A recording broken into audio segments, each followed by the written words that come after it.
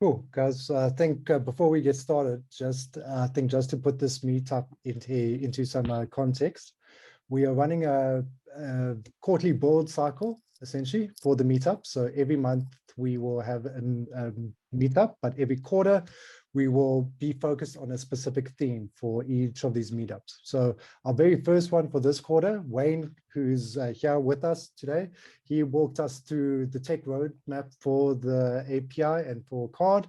And then this meetup that we are part of today is really around the ideation part of it, to say, okay, there's some really cool things that are going to be pushed out to a feature. So what cool ideas can we put into practice? And then the third meetup would be the demos. So we're hoping as a community of builders that this cycle will help us to build really cool things, to try different things, and to test things very, very quickly. So every quarter we will have either a hackathon or an accelerator or an adventure, but it's focused around just building very cool things with very cool people. That's essentially the focus around it.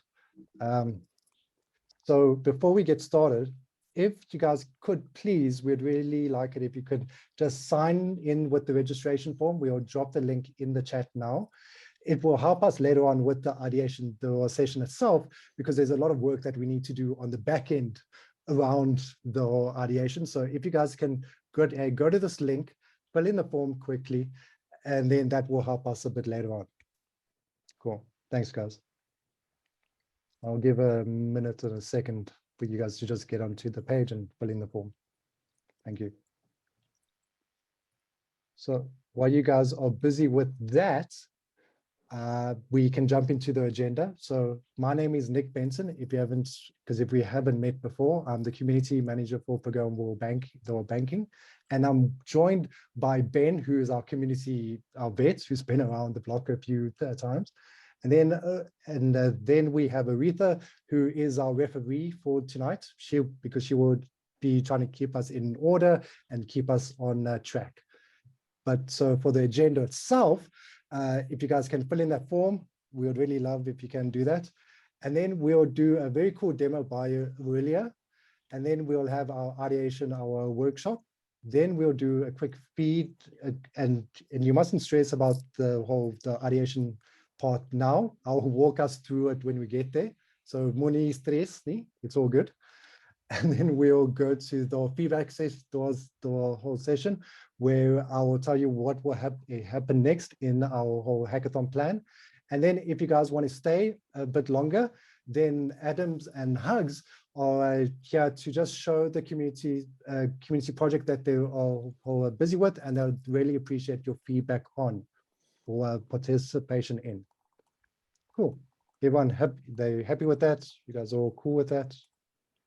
I see some nods. Yeah, Ben's eating away there. Cool. So Ben's going to walk us through very quickly around the state at the moment for the API and the card, and then help us to figure out any problems around there. So Ben.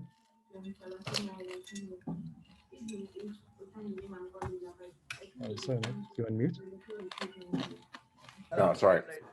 There's a red line on the screen. I don't know if you drew that with annotate or something, Nick. No, it wasn't me. Sorry, man. I didn't see that. You have to use annotate and then clear. Yeah. I don't know if that will work. Yeah. Okay, anyway. Viewer drawing. Yeah. Thanks, man. Great. All right, so I'm just going to quickly run through what the API does and what the programmable card does. For those of you that don't know, for those of you that do, just please bear with me. But I think it's probably quite useful just to cover this again before we go through tonight. So with the Open API, you can access an Investec account on the Investec private bank. You can access an individual account, or you can access a business banking account. Both would sit under private banking. You can retrieve the accounts that an individual has linked to their profile. So I have, for instance, a Prime Saver account, which is a savings account, and a transactional account. And if I had a business account, it would also show me that business account. I can then use those account IDs. Just take note that account number and account ID are different, but I would use those account IDs to request a balance through the API, so I can find out what is the available balance, and also to request a statement of transactions, so the transaction data up to 6 months from the API. Can you please click next? Yeah. So first one is you get accounts. You'll get the account ID, number, name, reference name, and product name for each account. That's what the call looks like that comes back. You can go to the next slide. When you get the balance, it will just give you the current balance and the available balance. There might be a difference there if money hasn't cleared yet out or into the account. Next slide. And when you get the transactions, you'll get a list of transactions. This is just one transaction from my account. So you'll see you have the account ID, the type, if it's a debit or credit transaction, if it's a card purchase or an EFT, the statuses. There's 4 statuses for transactions. You can ask for that later if you want to know what they are.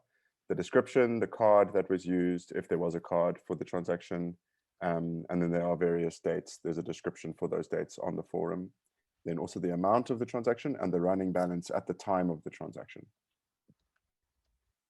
So you can go to the next slide. Next up, we've got programmable cards.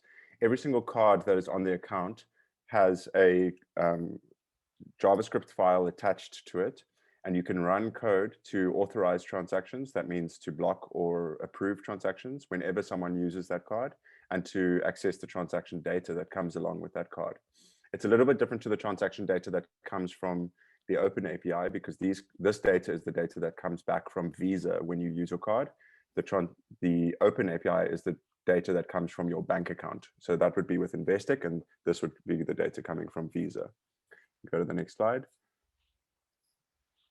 So this file looks like this. It has a before transaction function and an after transaction function.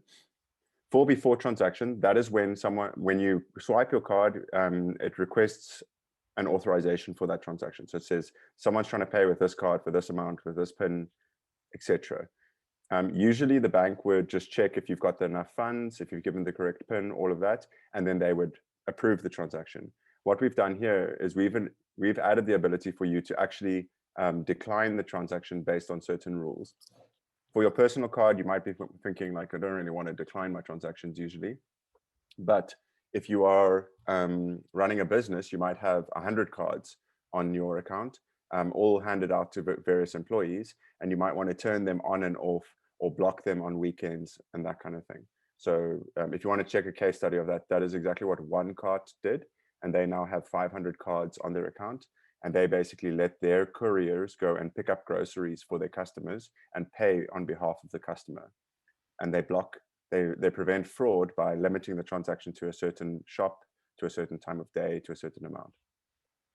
After the transaction, you can also run back to, please, yeah. After the transaction, you can also access the transaction payload that comes back from the transaction. And you can also call out in this code. So this is a JavaScript application. It's a Node application. So you can use Node fetch to request a URL. So you could say like, if it's raining, block this transaction, or send this transaction data to this Google sheet. Cool. This is the payload that comes back from the before transaction authorization. So you can see under logs, sorry, it's not the best image, but under logs, you'll get the account number, the date and time of the transaction, the cents amount, currency, code, the reference, which this is a simulation transaction because there is a simulator on Investec Online. And you can see also information about the merchant. So the merchant code, if there's like a category, so this one was bakeries, the name of the merchant, the city where the transaction was made, and so on. You can go to the next slide. Very similar to before transaction, the after transaction object which comes back is the transaction object. So the before transaction object is the authorization object. Sorry, it's a little bit confusing, but I hope you're following. So after transaction is just this transaction went through, it was either approved or declined, and this is the information of the transaction. Most of that detail sits under content. The formatting of this is just in a single line, but you would be able to pull the data out. But very similar to the before transaction payload. Go to the next slide, please. So yeah, that's pretty much the overview of those, of the tools that are available. You can access transactions on the account, and you can block card transactions. At the moment, you can't do payments or transfers. For the hackathon, I mean, many people have worked around that using Zapier or SnapScan to accept payments. For instance, there was one app where every time I make a payment, I get a WhatsApp message, and it says like this 100 Rand was just paid at the bakery, and I can reply with my contact, with one of the contacts from my phone, and it will SMS them and say, Ben wants to split the bill with you for 100 Rand. It will send them a SnapScan code, which they can click on and pay using SnapScan. So Investec obviously have a roadmap and they're building out the features, but for now, you're welcome to also use SnapScan, Zapier, Paystack, any other tools in the fintech space to build out your solution, where if you're blocked on your idea, and we do encourage that. I hope that helps. Sorry, and then finally the payloads for all those calls, the actual text I've put in the slide deck in the speaker notes on each of those slides. So I'll put this link to these slides in the chat now, and you can go fetch those payloads if you want to see the data yourself. Thanks. Thank you very And much. just pop any questions in the chat and I'll answer them. Yeah, exactly. Anything that Nick, you need? Yeah. Just before you go on, I just want to ask guys, I got 33 registrations for tonight and there are 59 people on the call. So if you haven't registered, please fill in the registration form so I can help you out and make sure you're in the best team for the ideation workshop. Thanks. Yes, please. Is Aurelia in the room? I'm trying to find him. Don't think Aurelia is in the room. What we'll do is that, let me see if I can play the video. So Aurelia has a demo that he wants to show, but we'll, sorry, a second. Cool. Aurelia is not in the room at the moment. So what we'll do is we'll try to show you the demo, the video that he has of it. We'll drop the link in the chat now. We'll see if this works. It's always a bit chunky over Google or over YouTube, so it's not the best option, the whole option, but we'll try our best here. Where's that video? Nick, I think it might be better to just wait till he arrives. We can go on, maybe we can loop back to him at the end, because he was going to play it from his computer, which is high quality. Yeah, I'm worried it doesn't work out so great. Cool. So then we jump to the ideation session itself. So this is weirdly no pressure for me to have all the rooms sorted. Great. So Aretha's really battling to kind of sort this out, but I'll walk us very, very slowly through the process. Okay, so I'll speak very slowly. So the purpose of the ideation, the session itself today, is basically to think about some cool ideas and to kind of see if your idea can fit into a methodology, a structured sort of process. So you might have a cool idea that you want to do, and you just want a method to quickly see if this solution is really going to work. So we're going to try something out here today. So if it explodes, we're trying to fail, we're trying new and different things. If it doesn't, then we're winning. So that's cool. So what we'll do is that Aretha is busy trying to set up some breakaway rooms for us. And if you are a team and have identified that you would like to work as a team, you can join a breakaway room of your choice. Then if you are alone, you can join any of the breakout rooms, because you'll see a pop-up that will come onto your screen, and you can pick any of these rooms. So it's a bit of a community roulette. And we would like if there can be either 5 to 6 people in a room in any of these community rooms, because we find that 5 to 6 people really helps with that whole conversation, with that chatting and coming up with new and cooler ideas. And so if there are more than 6 people in a group, you can jump out of that breakout room, and we'll reassign you to a different room, if that's cool. Then after about 30 minutes, we'll come back to the main room. We'll do the whole 2-minute pitches of all the teams and the breakaways of what they've come up with. And if you identified in that registration form that you already have a pitch, then we would also be calling on you if you want to do your pitch later on also. So that's perfectly fine. Cool. You guys are happy with that? See how Anri's just nodding. Okay. So a structure for this is that there's 30 minutes, but what we suggest is that you spend 5 minutes to pick out a solution, a problem to solve.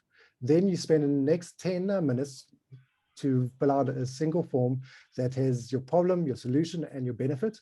Then you can spend a little more time on figuring out about how would we really build this in a Saturday morning. So I'll walk us through all of this and how you would look and how it would feel to do it. Okay. So we have a list of some problems that you can solve for. There's also more of these in the whole hackathon post itself. So some of these are about how do I budget, or how do I help the consumer to make more the whole eco-friendly purchases, or how do I help to invest, how do I help an investor to invest specifically. So all of this should take you about 5 minutes to just pick a problem. It doesn't need to be a solvable one that you're going to do for the hackathon. If you want, that's cool, but it's just simply to figure out that methodology around it. Or you can do your own, it's not a problem. So, but the main focus on that is to look at how do I add value to the consumer. So the very first slide is the problem. So what we kind of did as an example is say, right, if there's a courier company that would like to enable their staff to make purchases on behalf of the end user, then what would they need to do? So the solution would be to provide them with an Investec programmable banking card and a system or a process to then track and control that. And the benefit of that would be that you can have a drop off and collect sort of the whole service that people can purchase that specific product for. Then at the bottom there, you can just put in the name of your team, because we'd always like to, say, hey, well done on that. Then the second slide that you have in or templates that we'll put into the chat now is basically about our good idea, our big idea is saying to do the demand drop-off delivery thing, and then how would we use the products and services that we have available to actually build this out in a quick way, in a Saturday morning sort of way. So that's essentially it. Very easy, very quick. It doesn't need to be a major problem that you need to solve. So we'll drop this link in the chat. You can take a look at the template, and then Aretha will open up because if she's ready, she'll open up our breakout rooms, and then you guys can jump into the different breakout rooms. You can spend 30 minutes, and we'll jump in and out of the breakout rooms to help in any way that we can from a more technical point of view. So Aretha, how are we doing with the breakout rooms? Have you got enough people? I have more than enough people. Awesome, winning. Yeah, this takes longer than I thought. I'm going to put people in rooms, and if anything is wrong, just leave the room and come back, and then I'll help you sort it out.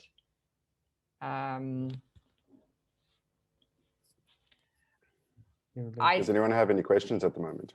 Yes. Yeah. If you have any things, please feel free to ask or put into the chat. We're happy to. Otherwise, I almost want to suggest, Nick, that we maybe go to the end demo and let me have time to actually do this properly. Otherwise, I'm on 5 of 10 rooms. Could you try again? Okay.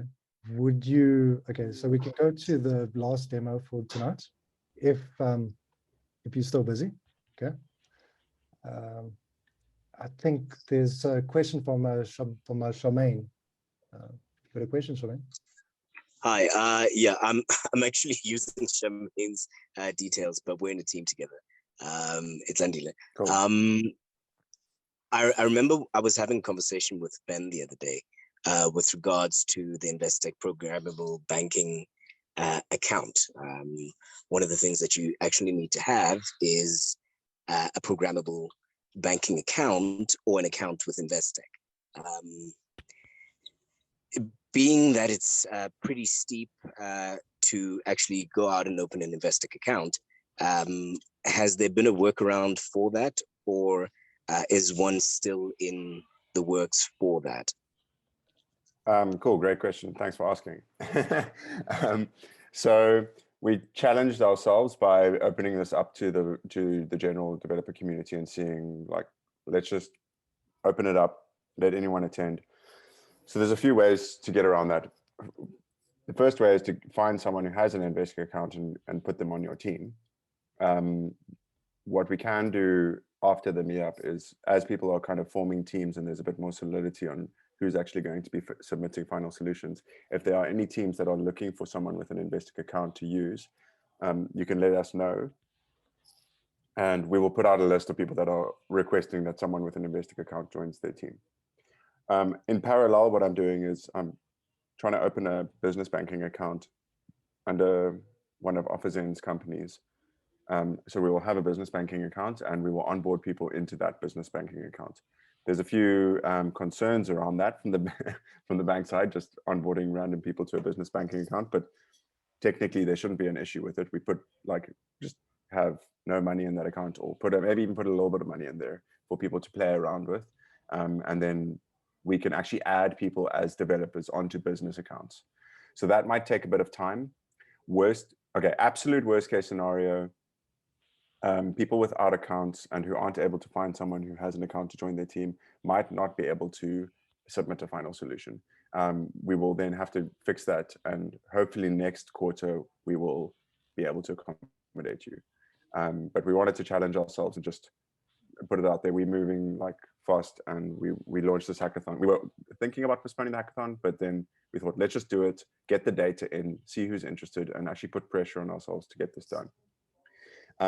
What I'm hoping is by the latest, the 15th of June, we will have that business bank account, and we can already have started the process to onboard people onto that account who don't have access to an Investec account. Otherwise, the third option is you can chat to me, and I can at least give you access to if you're like very, very ambitious and keen to do this, and we can't get you access to an Investec account, you can chat to me, and you can use my personal account to pull transactions and to run code on the cards if you want to test it out. So I'm happy to help teams with that. That just might not be that much fun to build a solution like that if you can't log in and play with the stuff. So if you don't have someone on your team, or if you're not on that business banking account. So yeah, I'm sorry, it's not the best news for people who don't have access. And I'd appreciate you coming along to the meetup and trying anyway to participate. I'm sorry if we didn't make that very clear up front. Like I said, we kind of challenged ourselves, and then we were like, okay, how do we solve this problem? But to thank you for your participation tonight. At least we will be giving everyone a t-shirt if you fill out the feedback form at the end. And we will definitely solve this problem over time so that everyone can participate. And Adam, you got a question? Thanks. So yeah, just in response to, you're saying that that somebody who doesn't have a card won't be able to submit a solution, but surely if they've managed to get it functional with mocked API responses and whatever, should we not be evaluating that based on whether it works or not? You're more than welcome to, if you can't get a card or access, to go and build something that works with the API. I just thought it might not be feasible, but if we can come up as a community with a workaround with mocked endpoints or something, that would be great. My solution, what I'm doing is I'm opening a business banking account to onboard people to the actual real thing, because that's pretty much the best that I can do. But if anyone else has an idea of how we can mock the endpoints or set up something to help people who don't have access, then please let me know, and we can make a plan. So I don't think it'll be that restrictive. If you can sort of get the thing to work through hook and crook, I think we should consider it.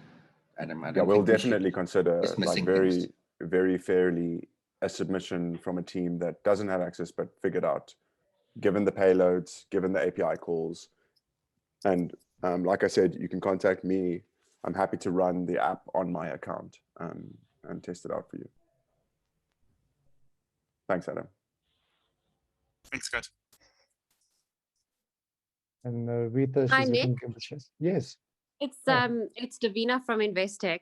I think while Rita is allocating people to teams, I thought I'd just maybe just get on board. For the guys who don't know me, I'm Davina. I look after programmable banking from an Investec business perspective.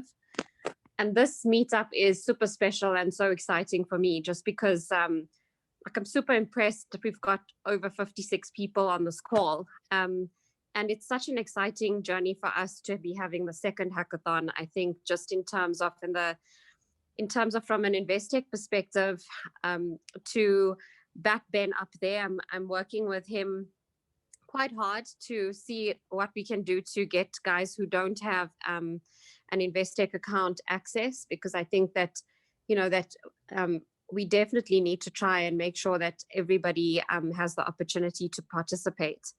And I think, you know, we are super excited about this, and to iterate on our last hackathon to really just see how we can build out exciting new things with the community. I think in this hackathon, we're hoping to have a lot more participation, I think, from the broader Investec group and Investec staff coming in to help out the teams and participate in any way that we can with ideas, helping on builds or anything like that.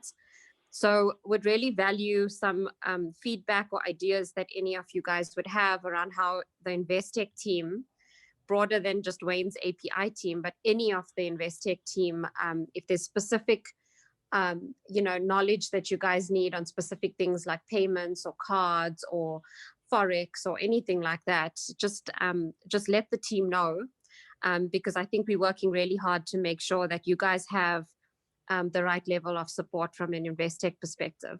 So I just wanted to say thank you again from everybody at Investec and the OfferZen team. I think I'm super excited, and just to see the attendance today is just very heartwarming on a very cold evening. So just really thank you, and we really do appreciate the time and effort that everybody's putting into this. So thank you so much. Thank you very much, because this is what makes the community really cool, is the very close connection with Investec really feels for what we're trying to build, and we're trying to build with them. So Davina, Wayne, all of you guys, thank you very much for being part of it. Okay, Nick, I'm ready.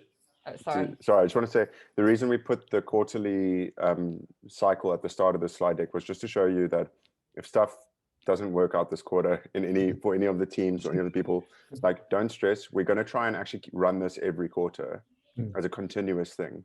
And basically every time that we run it, we're going to try and fix everything that didn't work out the previous quarter. So this is not like a once in 10 years hackathon. This is hopefully going to be running every quarter. I mean, no promises, but like that's the mission basically, is to keep doing this until programmable banking is a reality in South Africa for developers. Yeah, cool. Cool. Okay, I've assigned all the rooms. If you go to a room and you have a problem, just leave. The Investec team and Ben and Nick will be cycling between the rooms just to give people advice and give feedback on the pitches. So they can also just keep leaving when they have an opportunity, and I'll put them in another room. But don't be shy. If you have any issues, just shout. Okay, I'm going to open the rooms up for us now.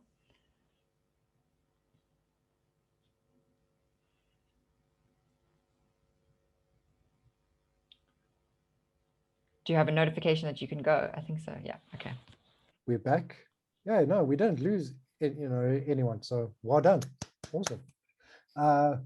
So what we'll do, we'll go from team 1 or the breakout room 1, and then we'll breakout room 2. You'll have 2 minutes to do a pitch. Just give us that slide. You can share your screen and just explain it. So if you picked a spokesperson for that team, or anyone who wants to put up their team hand for that, because you'll have 2 minutes to then give the pitch for the team.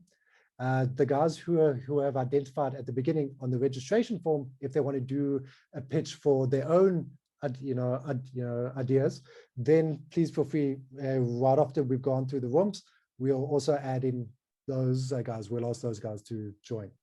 Cool. Happy with Nick, that? can I just highlight one thing? Please. I'm not sure my room filled in any forms unless they were very good and filled it in behind the scenes while I wasn't looking. So I think if people want to pitch without a form, maybe you just need to cater for that. Sure. Guys, if you want to pitch without a form, not a problem. If you can just tell us very high level, what was the problem, what was the solution, and what were the benefits, that'll be great. And if you did manage to fill out the forms on the worksheet that we provided, cool, you can share the screen with that. Happy? And then also, guys, I've just popped a link for a feedback form. So if you can and want to give any feedback for any of the people pitching, I'm sure everyone would like to get feedback on their ideas. You can just use that Google form. Cool. So yes, who was in team 1 or in breakout room 1?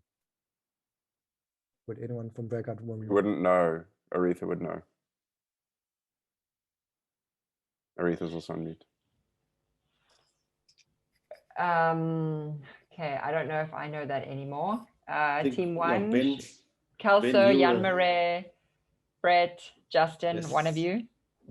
Ben, Cool. Ben's gonna pitch. Okay, we're going to do 2 pitches in 1 minute, I think. Okay. I mean, 2 pitches in 1 or 2 in 2 minutes. 2 pitches in 1 minute each. So 2 Awesome. pitches. Okay. Okay. Are we ready? Okay. Yes. Go. You got 2 Okay, minutes. so the first one is the cool Cape Town company card. Are you guys seeing my screen? Yes. Yes. Okay, so sorry, this is a little bit of like a mix of completeness and incompleteness, but we basically had this idea that a travel agent wants to issue spend allowances for travelers. For instance, like cities want to issue tourists with spend cards for visiting tourist destinations. So we wanted to ring fence transaction within city limits or give bonuses for spending in certain locations using mobile data. And the benefit is a company could limit purchases to a specific area or merchant and have detailed budgeting management of where things are going. How to build this in a Saturday morning. So yeah, our idea is to ring fence transactions within city limits. We would have a cool Cape Town company card. That card, we would build an interface that you can use to give discounts for certain locations and merchants and set up discounts. And using the merchant city data from each card payment, so that comes through with the card payload, decline transactions that are outside the city and give bonus points for buying certain items within the city. So maybe if you go buy like someone's samosas, then you get like, or some samosa store, then you get like double your cash back or double your, you get like your money back or something, or you can buy like a second samosa or something. And the idea would be that like a tourist can go buy this at a shop like Pick and Pay. We were even thinking of self-service kiosk, basically, where you like go to a machine and you put in, pay with your card, and out comes like this spend card for tourism. And then it will like do all these cool things. Is Kelso still on the call? Although he was actually having issues with his mic. Okay, no. So Kelso also had an idea. Kelso also had an idea of just picking up transactions as they come into the bank account and kicking off kind of workflows within a business. Like you give a customer a quote, and if they pay the quote, then you automatically ship their order and that kind of stuff. Just by picking up EFTs or other payments coming into the bank account from references. We didn't really think this one through too much. So I'm going to leave it there. But otherwise, it was fun and it was interesting, and it was very hard to come up with something in such a short space of time. Good constraints. Nice challenge. Cool. Thank you.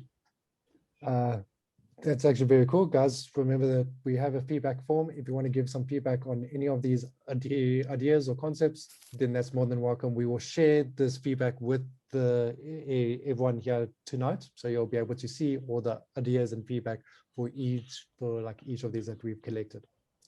Cool. Team 2 or the breakout room 2. Who was in that room and who would like to pitch for that?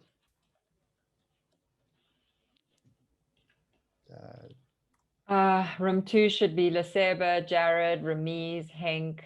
Oh, not Hank. Yes, Hank. Yes, Hank, sorry, so Jared as well. So we didn't fill out the thing. I think we got a bit confused with what exactly we have to do, but we had some cool discussions around it. I guess I can quickly elevate a pitch kind of. There were a couple of ideas in our group, so I guess like, Yeah. we'll We'll try and condense it.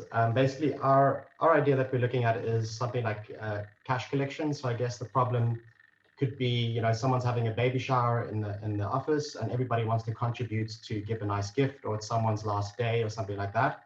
And currently, when that's done, it's quite a mission to go through, send your banking details if you're the one buying the gift to everyone, making sure that everyone pays you the right amount, figuring out all the EFTs that everyone has paid, and then, you know, buying the gift for the right amount. So the idea is just like a simple like cash collection app where you basically you put in all the people who are interested. They all get an SMS with a unique code that they need to use as a reference, and your banking details. So then when they EFT you, we'll be able to determine based on the reference in the transactions who's paid what, and then you just have this app to be able to know exactly the amount that you can use for the baby shower. This could also be used for when you're splitting a bill and you have a bunch of people, you can just create that, sends your banking details, basically just to eliminate always having to share your banking details on WhatsApp groups and get out of that habit. There were some cool other ideas that were thrown around as well. So one was around, as a developer, you have a lot of subscriptions, and you have to you know, always like create a new subscription, keep track of those subscriptions. So it would be really nice to have kind of like a virtual card for each subscription so that you can cancel or create them. I might be butchering that thing, Jared. I think actually it was yours. So I see you are online, so maybe you can go from there. Oh yeah, just like as a business, at least a centralized place to manage all of your subscriptions, such that you could create sort of early warnings when your annual subscriptions are coming out, whether it's for whatever myriad of services, and always have a central place to know email addresses have been used to create various subscriptions to both retain a little bit of control over what's happening with all the subscriptions that your business is signing up for, but allow freedom for your employees to you know, sign up for these things if they need to. How to actually achieve that? A little bit more difficult. Didn't really get to that bit, but yeah, it's kind of broad strokes idea. Cool, thanks, Matt, and just in time. Thank you. Team 3 or breakout room 3. Yes. Anui. Let me just quickly share. Cool. So we've got the same idea as Jared there. Basically, we want to build a subscription tracker. When you have a bunch of credit cards in a business that you have to maintain, and you have numerous subscriptions that you have to keep track of. So, for instance, your marketing department has a bunch of subscriptions that they keep track of. Your developers have a bunch of subscriptions they need to keep track of.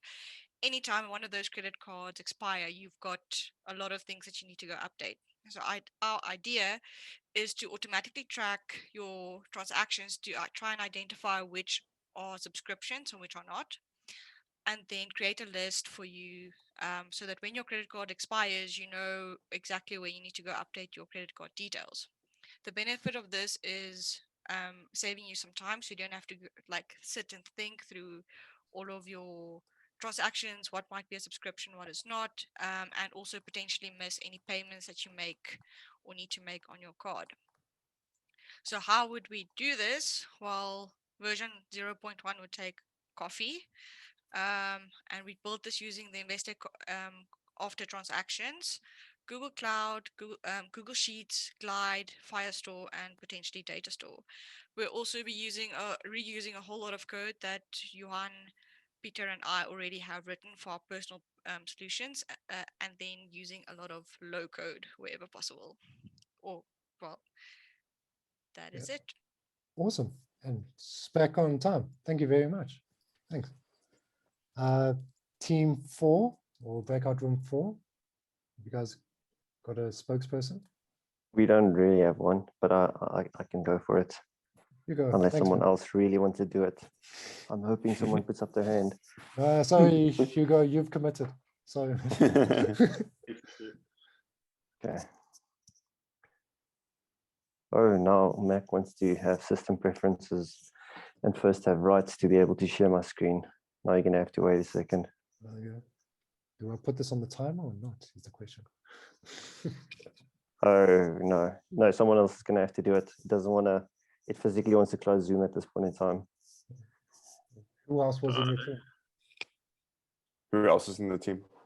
Yeah, I'll do it, but I also can't share my screen because I got a Mac, but I'll just speak about the problem. I guess it's quicker, more efficient.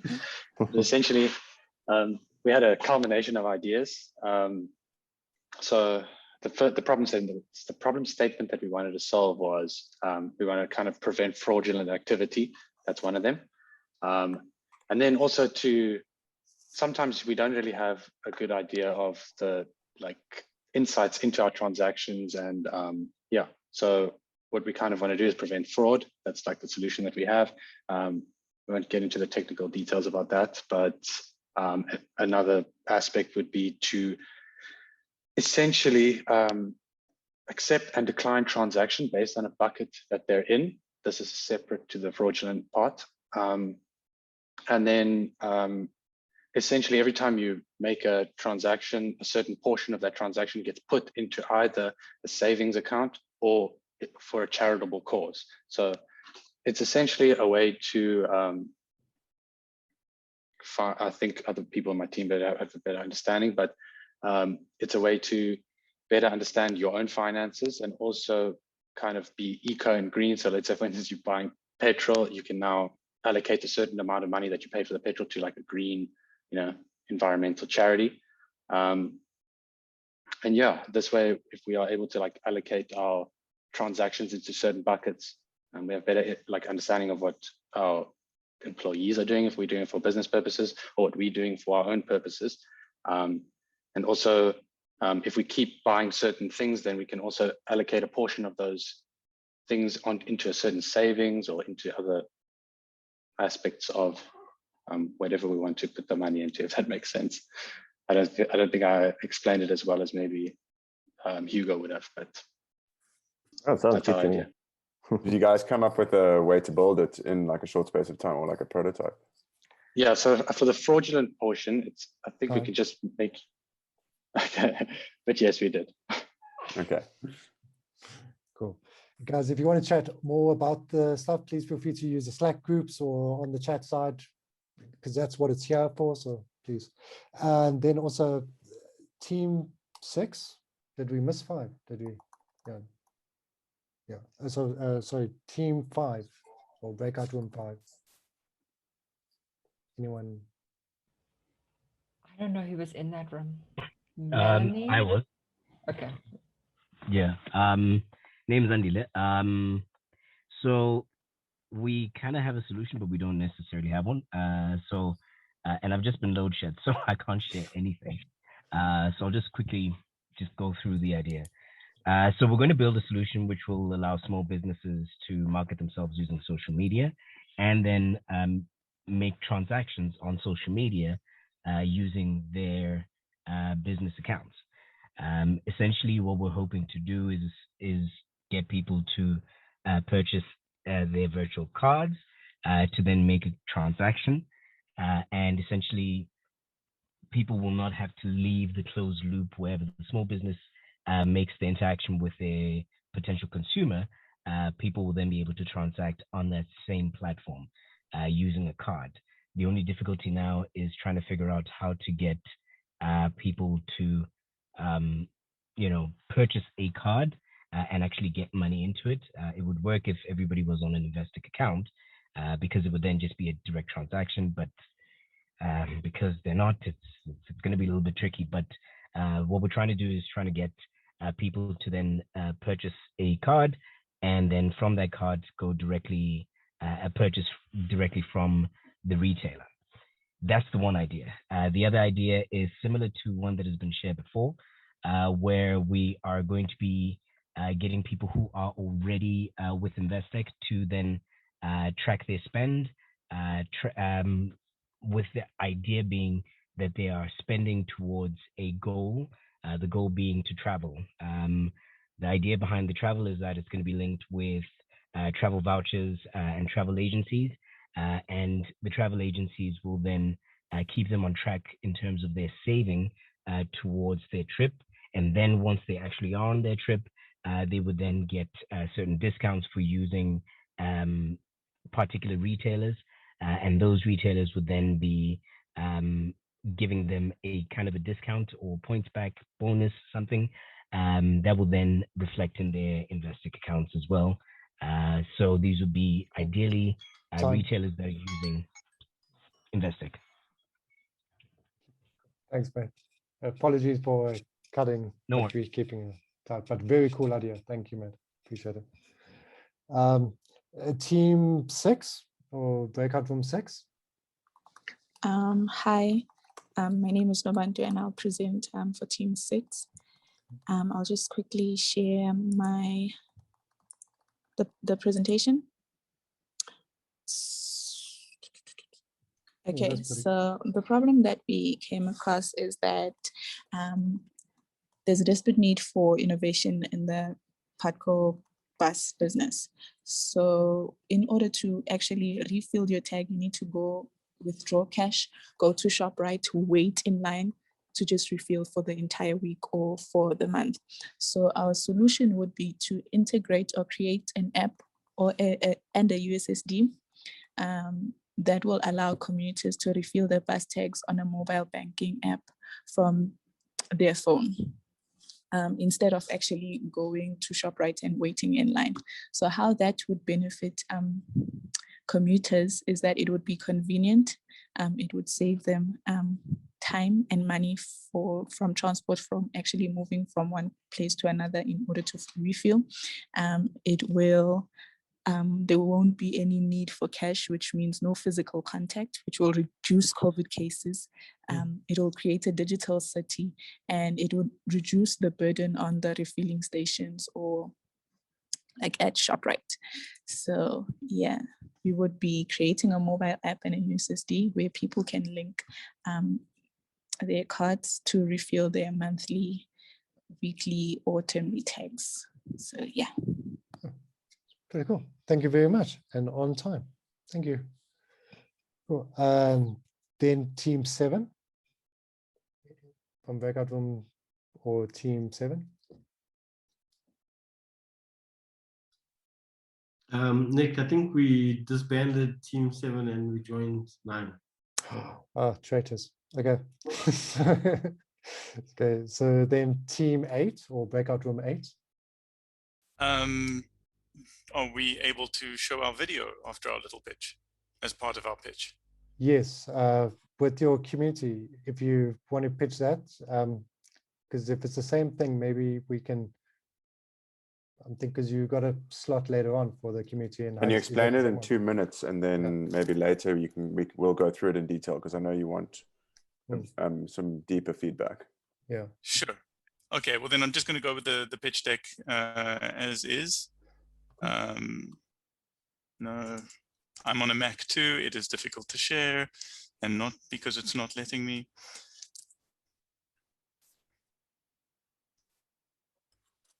Here we go. Cool. 2 minutes starts. All right. So we've come up with a concept called trophies, or open source participation tokens. The problem that we're trying to address is that developers lack fair financial incentives to participate in open source projects or in pre-funding startups. Bounties on work cannot easily be divided amongst multiple contributors. The solution that we've come up with is a mechanism that awards shares for contributions that will pay a dividend whenever additional funding is received. And the benefit is that developer contributions become an investment with potential future returns. Companies and project maintainers can fairly incentivize participation in an automated way. So the idea in principle is that code goes in and tokens come out, and then your tokens will be used to, can be redeemed for any funds that are available to the project. So you won't be giving your tokens in, you will be showing your tokens. They will be your tokens for all time, and maybe you could trade them going forward. But the principle is that there would be a cash value to your tokens the moment that there's funding, and that even the smallest contribution would be honored. In terms of what we're planning on building it on, there are a couple of existing projects that Hugs and I built the budgie system. I built the command center bridge last year. Both of those could be utilized for this. And then in terms of what we would do for the hackathon, this would be a proof of concept. So we're literally hacking it, and we'll probably just set up a centralized service that would manage this using AWS and CDK. But ultimately, we would like to see something like this on a blockchain if it becomes practical. So that's our pitch. Cool. Thanks, man. And we'll have some more later on. Thanks. Team 9, or the breakout room 9. Okay, I'll go, Nick. Thanks, man. Second.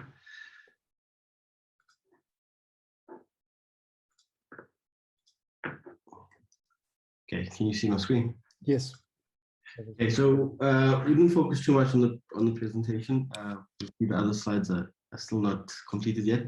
I'll just talk to it quickly. The idea here is, in order to use programmable banking, you kind of need to know how to write code, right? Some exposure to writing code.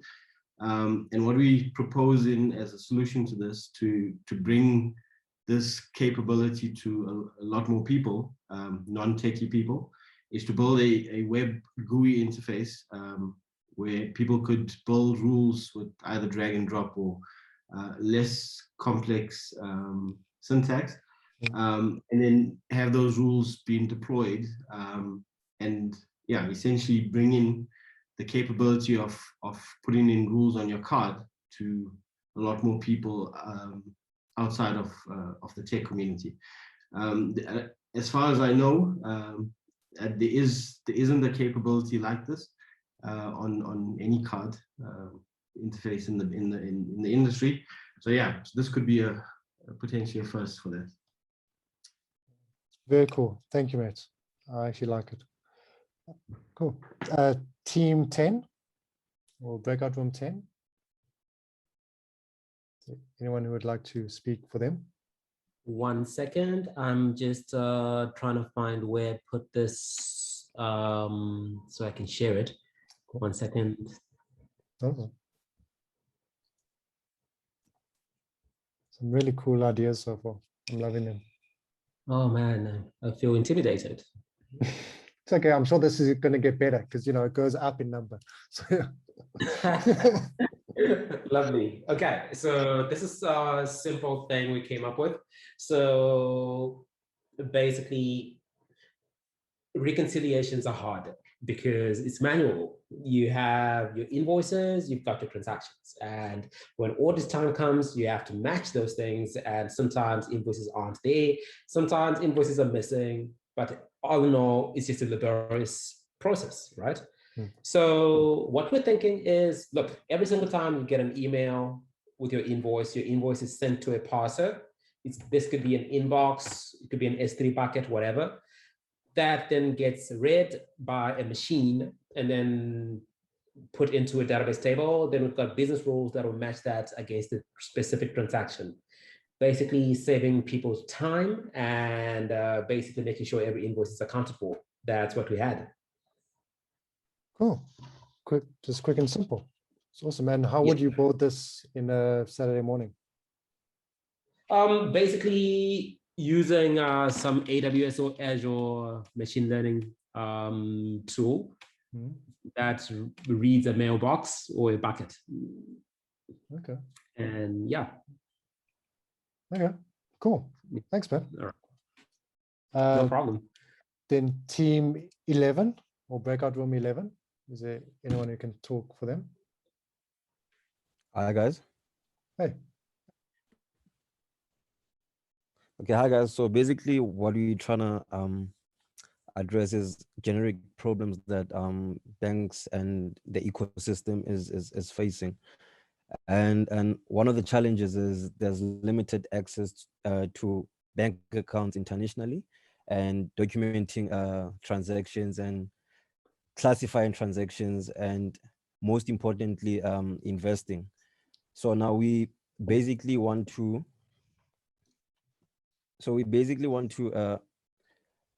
implement a financial intelligence tool, basically like an artificial intelligence tool, which will help the users to be able to invest. So basically this AI tool will invest on a user's behalf and help them grow their money. And like the name Investec, it's self-explanatory. I mean, invest tech, you bring them together basically.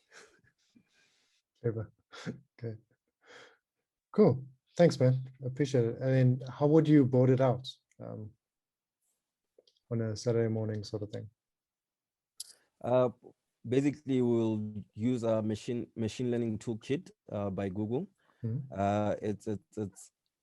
It's a trainable bot. You train it based on different behaviors, expenditures, and investment opportunities, and so forth. Cool. Thanks, man. Appreciate it. Then team 12 or breakout room 12, I think the final room. Is anyone in the final room?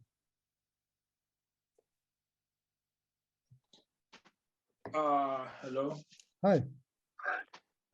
Yeah, I will be presenting for group 12.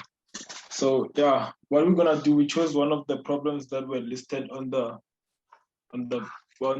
form that you shared, guys. So yeah, on the how we will drive eco-friendly consideration purchases. So what we'll do is that we will award 5% for this is our solution. So we'll award 5% of what you buy that's like eco-friendly. Whatever eco-friendly product that you buy, will give you 5% of 5% of your next shit. I'm not so good at this. People that should be doing this are actually getting load shedding and stuff. So yeah, I will just try my best. And so yeah, we'll allocate vouchers. Oh, this 5% will be recorded as vouchers or cash. And if you can also have an option that you get a penalty for if you buy something that's not friendly. If you buy something that's not eco-friendly, then you can opt for option that you can get like 5% penalty for whatever you bought that's not eco-friendly. So the benefit of this or that, it will make reduce the funds by reducing our environmental footprint. This product are recyclable, composable, and basically award people for acting right. And yeah, so so it's actually pretty clever because it's using that negative emotion thing. So very cool. Thank you very much. Okay, thanks a lot. Thanks, good. Cool. I know we're running a little bit over time here, so let me just share. I'll just share my screen quickly, and we can go over, what happens next for the hackathon. Let me just do this. Cool. So we've gone over. So the registration for this has closed. To apply for the ideation, the whole workshop that we are part of at the moment. We are doing this now on the 3rd of June. Our next two main dates that you need to look out for are the 25th of June and the 1st of July. 25th of June is when the whole closing date is for the board submission. So if you want to board out a solution, if you think that you can board out a quick solution in a Saturday morning, please, you can submit that. We will be sending out that link to everyone who's applied for the hackathon. But it's essentially just putting in the details of what you're thinking about solutions and links to your code and everything around there. Then we'll then do another meetup on the very 1st of July where we'll announce the winners as well as just do a quick demo of it. Cool. I was all happy with that. If you have anything, if you want to ask anything, we have a WhatsApp group, we have a Slack group, we have email, we have pigeons who are really good at delivering these things. So please let us know if there's anything. So thank you very much. And if you guys want to stay a bit longer, Hugs and Adam have a very cool community project that they've done a little bit of a tease on, that they're going to just show the community. And then if you would like to stay a bit longer, we are happy to stay a bit longer and listen to other pitches more if you guys want. Cool. Sorry, Nick, can I just add one thing, 5 seconds? I know some people had some ideas in the breakaway rooms that weren't mentioned. Like, say, is there a place they can capture it afterwards, just so that we can at least get a list or a consolidated view of everything that was mentioned? I know some people were maybe shy or didn't get enough time or didn't know what to do. So it would be good to capture those things, because some really good ideas that came out. It's a good idea. What I'll do, we'll come up with a plan. We'll send out something tomorrow morning to the guys, but that's a brilliant idea, because we can't record the video, the breakout rooms, but we could record these. So that was the trade-off, but that's a very good point, Wayne. Thanks, guys. Also, if you want to get a t-shirt, you need to fill out the feedback form, I think. Yes. Did we put it in? Which Aretha has just posted. Yeah. Guys, if you can please fill out that feedback form, we would appreciate that. And it's also a conniving way for us to get some feedback, but for you guys to get a shirt. So yeah, thanks, guys. Sorry, speaking of feedback, we were given feedback form link for the pitches, but there were so many pitches in such quick succession. It was very hard to fill those out. So could you please send that link again with the recording link, so that we can actually go through it and press pause and not a problem. Do the thing. We're happy to do that too. Thank you. Video. I'm just making a note of that quick. Cool, guys. So again, thank you very much for your time. If you want to stay, Adam and Hugs would really appreciate some feedback and contributions around what they're doing. And then if you want to stay a bit longer for just pitching, or we can just watch some Kata videos, it's all good. Adams, it's over to you guys.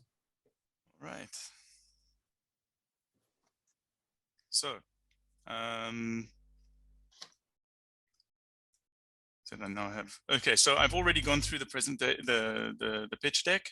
What I'm going to do now is I'm going to show a video, and then we can have a conversation about this. Two things that we are looking for as a team. Number one, anybody wants to join us, you are more than welcome. And number two, if anybody wants to poke big holes in our ideas, please feel free.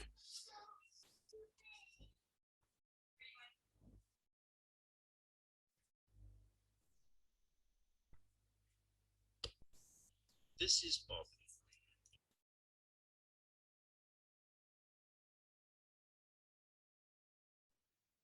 I think the audio is working. Can't hear Adam.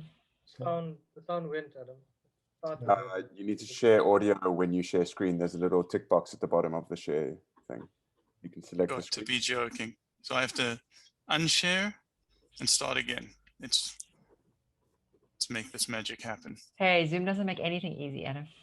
So at the bottom of the share window, you'll see at the bottom left, it says share sound, and you need to click that as well. And you can optimize for video clip as well. Oh, because the last time I shared, those were automatically selected. Okay. Fantastic. All right.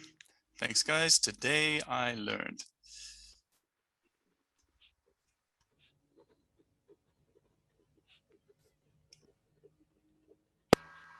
This is Bob. Bob has created a Git project called Thingamabob. Bob is hoping that this project will bring in some money in the future, and determines that a story point is worth 1 token. Bob creates a commit with a tracking file which indicates the number of points assigned to the commit. Each commit must update that tracking file. Here, Bob commits 2 story points and earns 2 tokens. Here, Bob commits an additional story point and earns a single token. Now Carol has decided to join the party with a pull request for a change that she thinks is worth 2 story points. Bob reviews the PR, agrees with her assessment, and merges the code. Carol is awarded 2 tokens for her efforts. Bob now has 3 tokens and Carol has 2, which entitles them to 60% and 40% of the total funds over time, respectively. At present, that's $0 each. Poor Bob and Carol. A mysterious benefactor learns about Project Thingamabob. He decides that he would like to donate $100 to the project. The mysterious benefactor deposits $100 into the project account. The bank account balance and the total funds over time now both equal $100.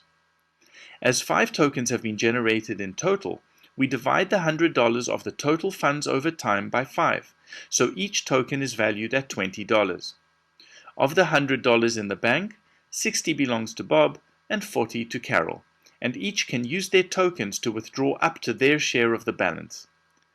Bob withdraws his $60. Carol leaves hers in the bank. And here's Dave with his pull request.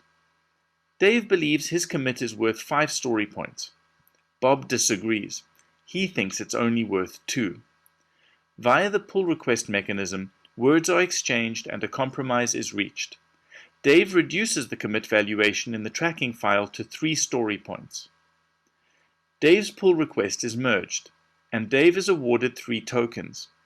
Bob and Carol still hold the same number of tokens, but their percentages have changed. Now Bob and Dave hold 37.5% of the tokens each, and Carol holds 25%. But wait, the $100 total funds over time must now be divided by 8 tokens, so each token is only worth $12.50. With Bob's $60 having been withdrawn, there's only enough money in the bank for 3 tokens and some change. This means that Carol and Dave can't both withdraw all of their funds, and Bob's actually drawn more than his share. Not to worry though, while things may not seem fair right now, they will become fair if more funds are acquired. Our mysterious benefactor is back, and this time he's got $500 with Project Thingamabob's name on them. What a legend! The total funds over time have now reached $600, and with 8 tokens generated, each token is now valued at $75. Carol and Dave can now withdraw all of their funds, and even Bob has an additional $165.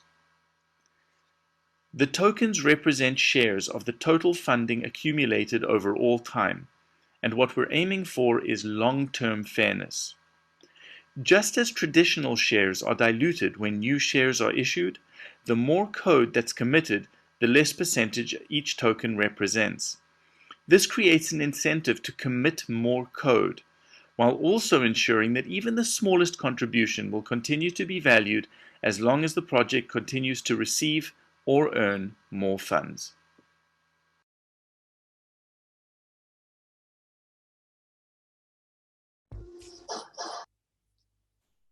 Thanks, Adam. What is your idea for this in terms of the hackathon, or like, do you think people could use it? So what we'd like to do is eat our own dog food and use this, assuming that we win, to distribute the funds equally and evenly to anybody who contributes to the project. So we'd actually like to build this in from the get-go into our project. The other thing about this is that it is a proof of concept. So ideally, we would live in a world where, you know, working on the blockchain had very low fees and very high transaction counts. And we would do that because using smart contracts for this would be ideal, both to generate the tokens and to draw money. But for the moment, we're going to do this, you know, as hacky as possible, just to get a proof of concept out the door. So we're going to set up a centralized, we're going to set up a cloud service that's going to generate the tokens and track the tokens. We're going to use Budgie to track the amount of funds in the account. And the idea was to use the command center bridge, the pre-authorization functionality, so that anybody who has the credit card will be able to use the credit card if and only if they show the tokens to the server and press the button for pre-authorization. So as soon as you let go of the button, no transactions possible.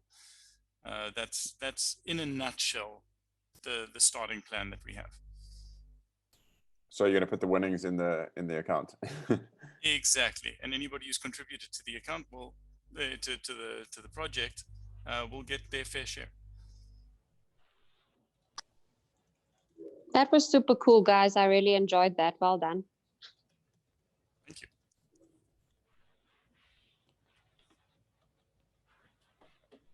I wanted to know, if I put money into the account, then do I get tokens? No. You see, if you put money into the account, then you are funding.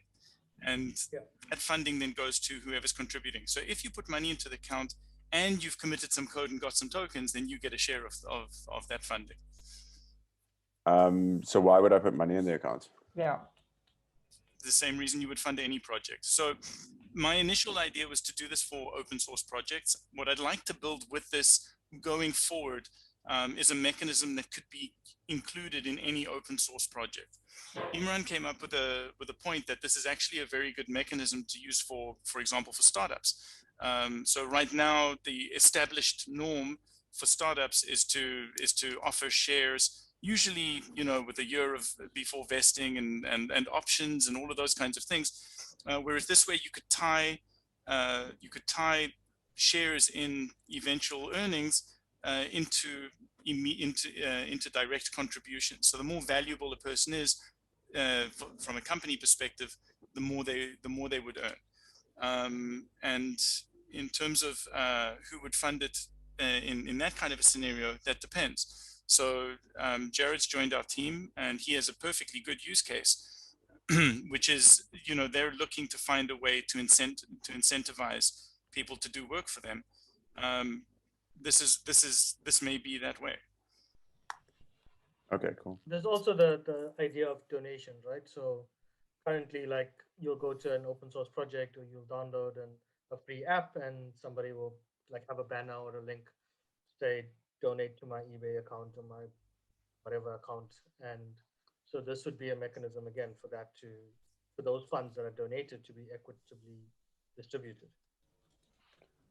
One thing that I might want as a investor is I would like, you can do like a feature request on Git, can't you? So I could attach some funds to a certain feature request. So if it's an open source community, I could say, like, if you guys add a green button, then it will release funds into the pool, basically. That's a mechanism. Peter, you have your hand up. Yeah, I just wanted to ask a question with respect to the project. But so essentially, the payment mechanism and the tokens themselves live on a blockchain, but the project that you're funding is not correlated to that blockchain. It's something separate. So the payment structure works on the blockchain, but the project that whoever's funding is something separate. Is that correct? So the way that I've been thinking about it is that if I set up, let's say, a group of repositories in order to build this project, each one I will attach a project ID. And so in this hypothetical world where the blockchain is the way that we do this, then you would have a project ID, and the tokens would belong to that project.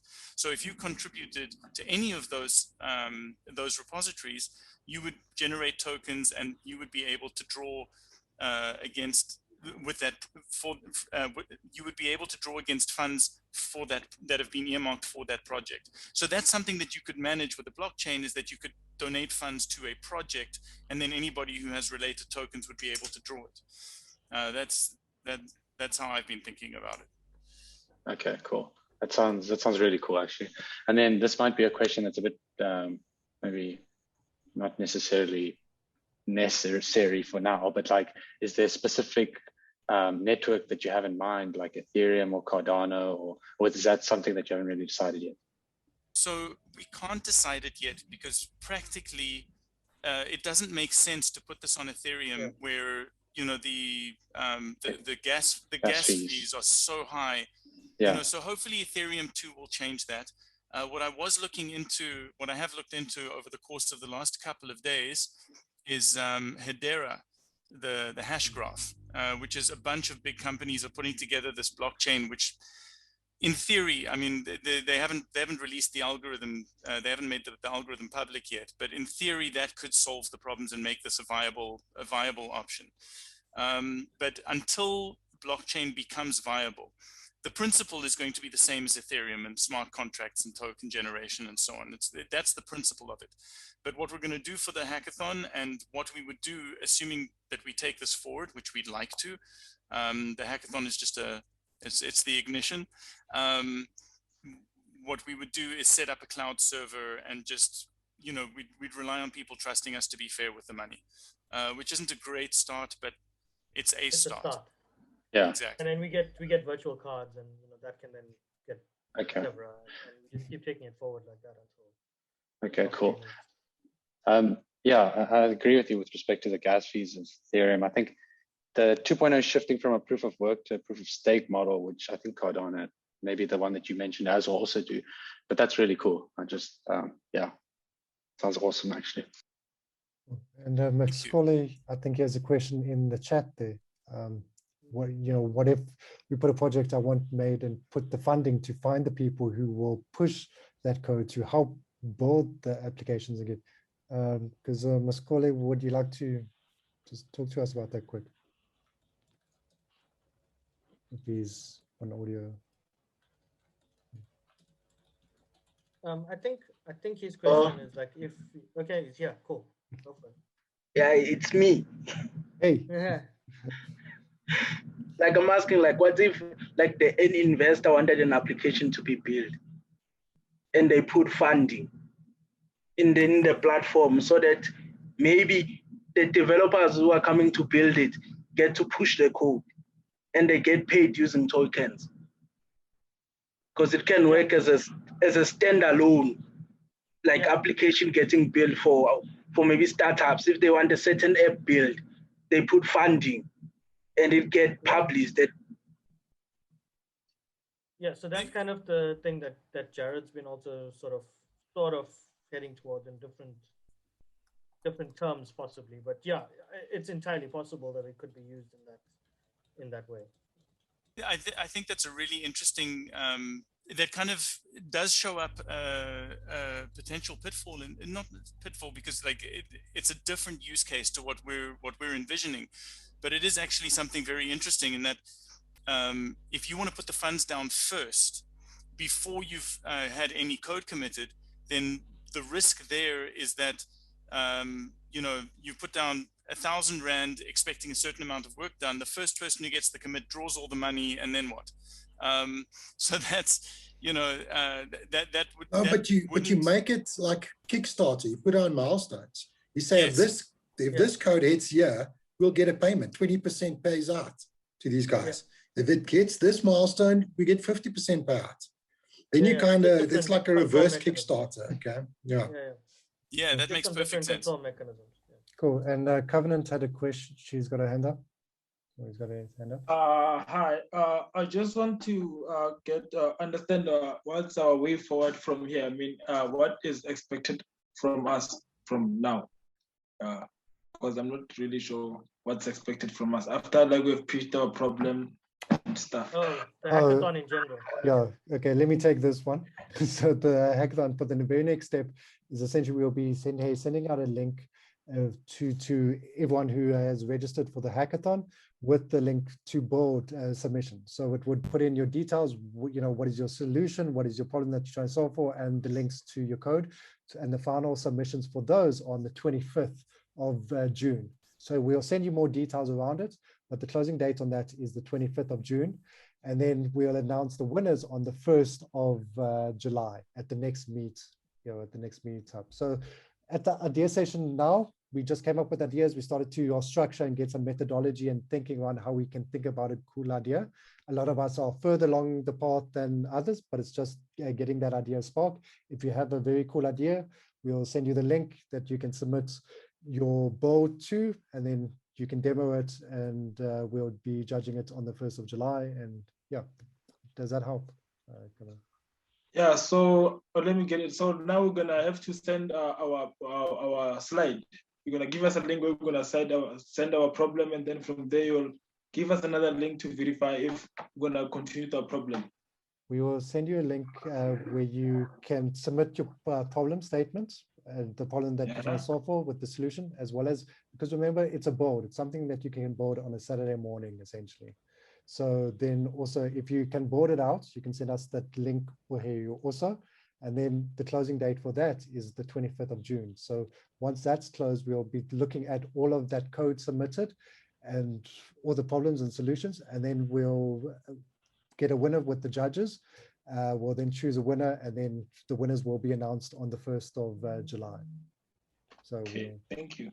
Yeah, I think. Can I dumb down for my own benefit? So Yeah. you have up to the 25th to build whatever you want and submit it, and then 25th submissions close, and then on the 1st I'll judge the winners. Yes, apologies. I've been talking the whole day, so a lot of talking. So, yeah. Cool. Cool. Thanks. But we'll send you more details. Yeah, cool. Thanks, guys. Cool. Anything else?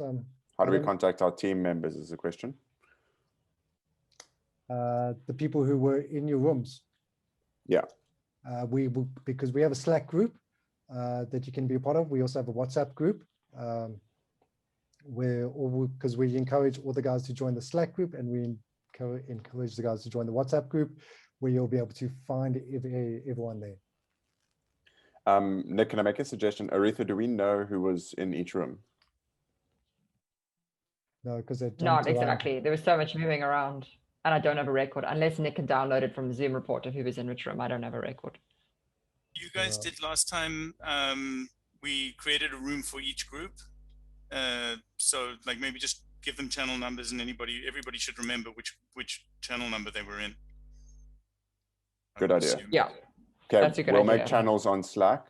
Awesome. We'll send out an email after this with like all of these tricky problems to solve, hopefully solved in one big full swoop email. Yeah, it's gonna be fun. Yeah. I mean, Slack can be a bit quiet sometimes. There is also a WhatsApp group on the Hackathon page that you can join. But we will create a Hackathon Slack group for everyone and put everyone in there if you want to get updates and stuff and chat on Slack. And then we will create a room on Slack for each team that was here tonight. And you can join those rooms and try and get in contact with the people that were in your team if you want to go further. But yeah, just keep in touch with us. Like if you're very keen to get involved and you're not getting much response from your team, we'll try find you a team that is actually going further and that is actually going to build something for the team insert name here is hiring. Yeah, Anya. That's true. Cool, guys. I have to drop, so have a good evening. Cool. Thanks, Thank you. Suggs. Thanks, Suggs. Thanks, guys. I need to go as well. Thanks, guys. Cool. Have a good evening. Thank you, guys. Have a good one. Cheers. Cheers. Yes. Yes.